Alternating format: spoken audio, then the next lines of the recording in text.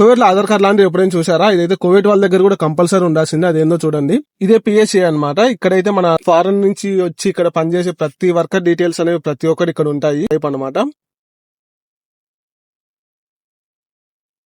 కానీ ఇండియాలో ఆధార్ కార్డు ఒకసారి చేపిస్తారు. ఇక్కడ సివిల్ ఐడికి ఇంత టైం వరకు అని చేపిస్తారు. ఒక ఇంట్లో పనిచేసేటప్పుడు ఒక టైం వరకు ఉంటుంది, ఇంకో ఇంట్లో పనిచేసేటప్పుడు ఇంకో టైం వరకు ఉంటుంది ఇంటికి వచ్చిన తర్వాత.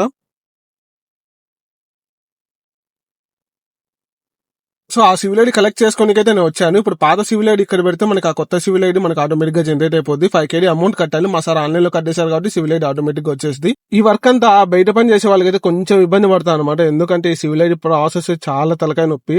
అదే ఇంట్లో పని చేసే వాళ్ళకంటే కోవిడ్ వాళ్ళు వాస్తా పెట్టి అయితే తొందరగా చేపించేస్తారు మనకి ఏదైనా. కంపెనీ విజా మీద వచ్చి అంత ప్రాబ్లం ఉండదు, కానీ సొంతంగా పనులు ఎత్తుకునే వాళ్ళకైతే ఇదంతా కొంచెం తలనొప్పి ప్రాసెస్ అని చెప్పాలి. ఇదైతే కోవిడ్ లో ఉండే ప్రతి మనిషి దగ్గర కంపల్సరీ అనమాట. ఈ సివిల్ ఐడి అనేది మాత్రం కోవిడ్ వాళ్ళ దగ్గర కూడా ఖచ్చితంగా ఉండాల్సిందే. ఇంకా అంతే అండి. వీడియో ఇస్తే మాత్రం please do like, share, follow and subscribe. Thanks for watching.